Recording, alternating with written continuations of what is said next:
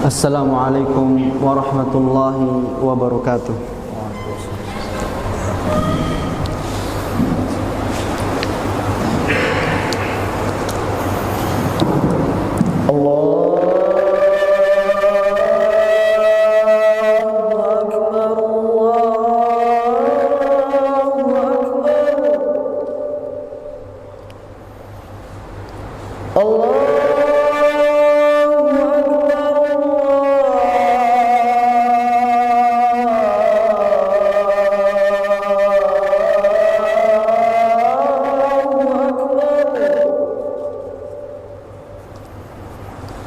أشهد أن لا إله إلا الله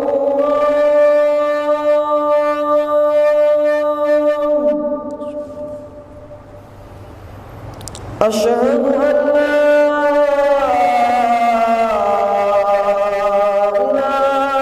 إلا الله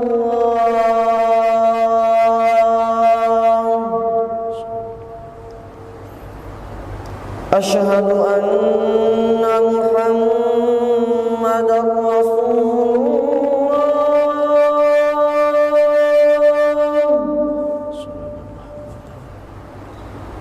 أشهد أن محمدًا رسول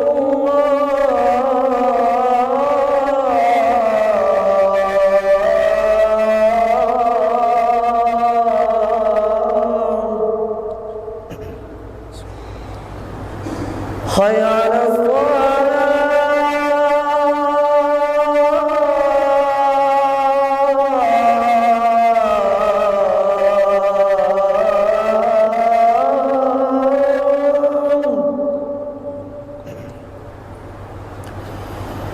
حي على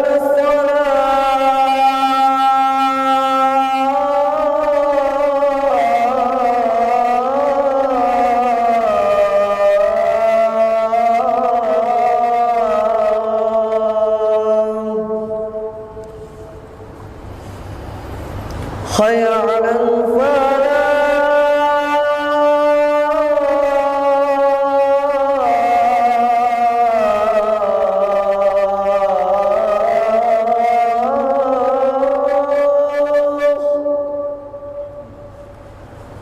حي على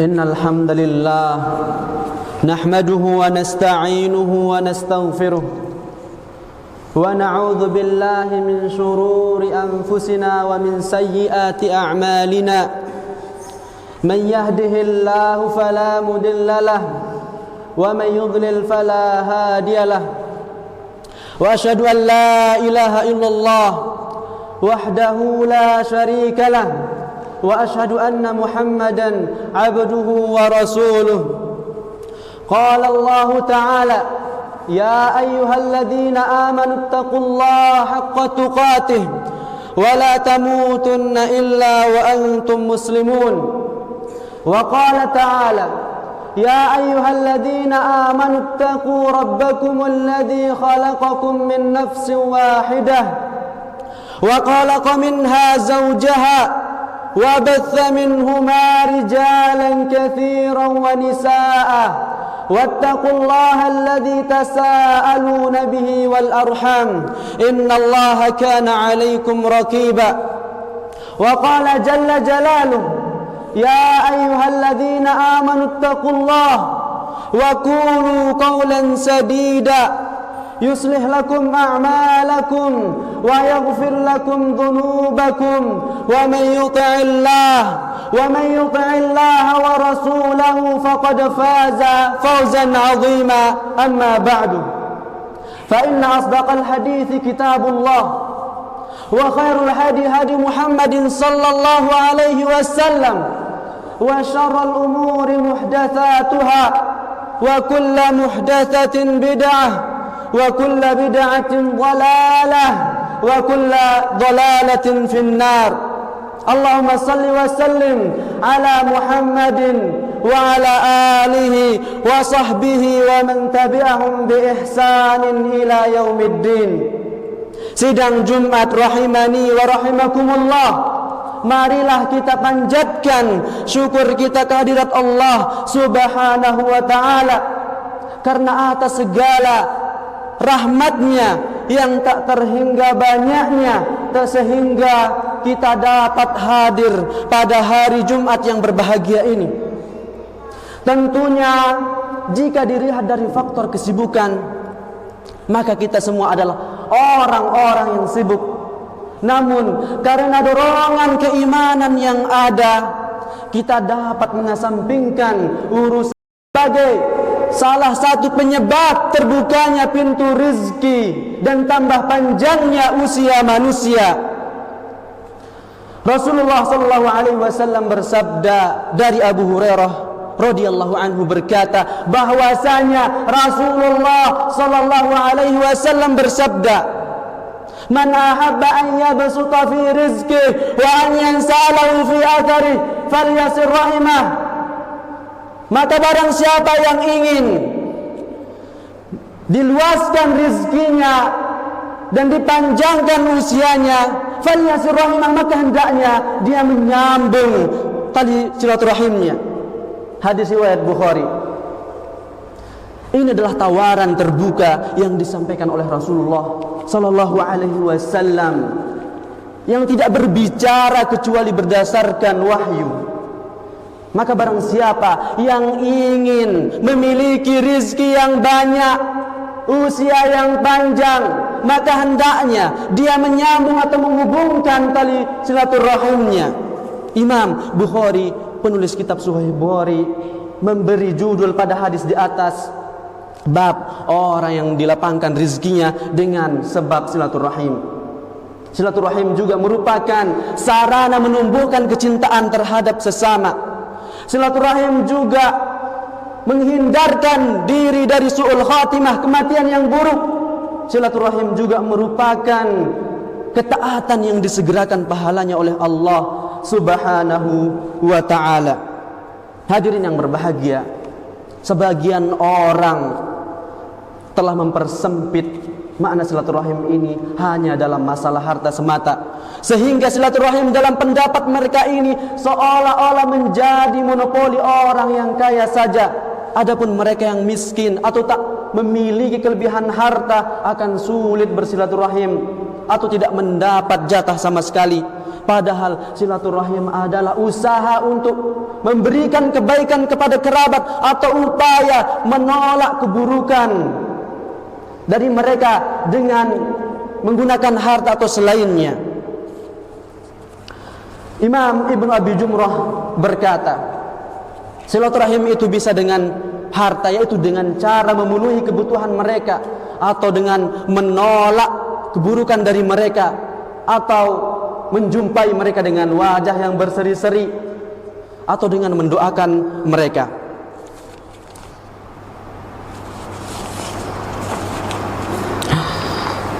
Adapun silaturahim yang paling utama adalah berbuat baik kepada kedua orang tua. Karena hal ini adalah ketetapan dari kitabullah Al-Quran dan sunnah Rasulullah sallallahu alaihi wasallam. Allah Subhanahu wa ta'ala berfirman, "Wa qadha rabbuka alla ta'budu illa iyyah wa bil walidaini ihsana." Dan Tuhanmu telah memerintahkan supaya kamu jangan menyembah selain Dia, dan hendaknya kamu berbuat baik kepada kedua orang tuamu dengan sebaik-baiknya. Kata wa qadha rabbuka dalam ayat ini berarti perintah yang lazim dan tak dapat ditawar lagi atau wajib, segera dikerjakan. Sedangkan Allah ta'budu illa iyyah berarti perintah ibadah yang bersifat individu atau fardu ain. Allah Subhanahu wa ta'ala menyandingkan perintah beribadah kepadanya dengan perintah berbuat baik kepada kedua orang tua. Hal yang menunjukkan urgensi perintah tersebut dan betapa mulia kedudukan orang tua di sisi Allah Subhanahu wa ta'ala. Lihatlah pengalaman kita sehari-hari. Tatkala bergaul dengan kedua orang tua, mereka dengan sukarela mau mengorbankan segala sesuatu yang ada padanya untuk membesarkan dan memelihara anak-anaknya, bahkan sampai dalam bentuk yang tidak wajar. Ada di antara mereka yang tidak peduli akan kondisi kesehatan tubuhnya, rela menanggung penderitaan yang berkepanjangan demi untuk mencukupi kebutuhan kita. Seorang anak tanpa henti-hentinya merepotkan dan menyita perhatian yang demikian besar dari orang tuanya. Bahkan tatkala mereka telah berkeluarga, ada di antara mereka, bahkan tatkala mereka telah berkeluarga, seorang anak masih tetap setia merepotkan kedua orang tuanya dengan menjadikan mereka sebagai pengasuh atau penjaga anak-anaknya tatkala mereka sibuk. Akan tetapi betapa cepat seorang anak melupakan jasa kedua orang tuanya lantaran disibukkan dengan istri atau suami, anak-anak atau pekerjaan mereka, tanpa peduli dengan keadaan orang tua mereka yang sudah mulai tua, lemah dan sakit-sakitan. Oleh karena itu, mulai kesempatan ini marilah kita senantiasa secara kontinu meluangkan waktu memperhatikan kondisi orang tua kita. Sungguh para orang tua tidak mengharapkan bantuan yang banyak di luar kesanggupan anak-anaknya. Akan tetapi mereka sangat membutuhkan sekedar kunjungan dan kabar dari anak-anaknya. Mereka membutuhkan eratnya silaturahim dengan anak-anak mereka. Mari kita mendengar perintah Allah Subhanahu wa ta'ala kepada seorang anak dalam Al-Quran, yang juga merupakan lanjutan ayat yang kita baca tadi. Imma yablughanna 'indakal kibara ahaduhuma aw kilahuma fala taqul lahumā uff wa la tanharhumā wa qul lahumā qawlan karīmā. Jika salah seorang di antara keduanya atau kedua-duanya sampai berumur lanjut dalam pemeliharaanmu, maka sekali-kali janganlah kamu mengatakan kepada keduanya perkataan ah, dan janganlah kamu membentak mereka, dan ucapkanlah kepada mereka perkataan yang mulia. Perkataan kibar tua dalam ayat ini berarti berusia lanjut, punggung sudah mulai membungkuk, kulit sudah mulai keriput. Dan perkataan indaka pada sisimu berarti dalam pemeliharaanmu, yaitu suatu keadaan yang menggambarkan makna tempat berlindung dan berteduh pada hari tua mereka, di mana mereka sudah sangat lemah dan tidak berdaya. Larangan untuk berkata ah kepada orang tua pada ayat di atas menunjukkan betapa Allah Subhanahu wa ta'ala menyuruh kita untuk bersikap sopan dan lemah lembut kepada keduanya. Dengan demikian ayat tersebut mengajarkan sikap sopan agar seorang anak tidak menunjukkan sikap kasar serta menyakitkan hati keduanya dan merendahkan kedua orang tuanya. Pada ayat berikutnya Allah Subhanahu wa ta'ala menyuruh kita untuk mendoakan orang tua, dan sekaligus mengajarkan kita sebuah doa yang hendaknya kita ulang-ulang di setiap saat. Wa qur rabbirhamhuma kama rabbayani shaghira. Katakanlah, ya Allah, kasihanilah mereka berdua sebagaimana mereka telah mendidikku sewaktu aku masih kecil. Setelah kita menjaga dan menghubungkan silaturahim dengan kedua orang tua, barulah kita melangkah kepada kerabat yang lain, dari yang terdekat baru kepada yang jauh, termasuk di dalamnya tetangga dan sahabat serta para kenalan kita yang lain. Barakallahu li wa lakum fil Qur'anil Karim wa nafa'ani wa iyyakum bima fihi minal ayati wadh-dhikril hakim. Aqulu qawli hadza wastaghfirullah innahu huwal ghafurur rahim.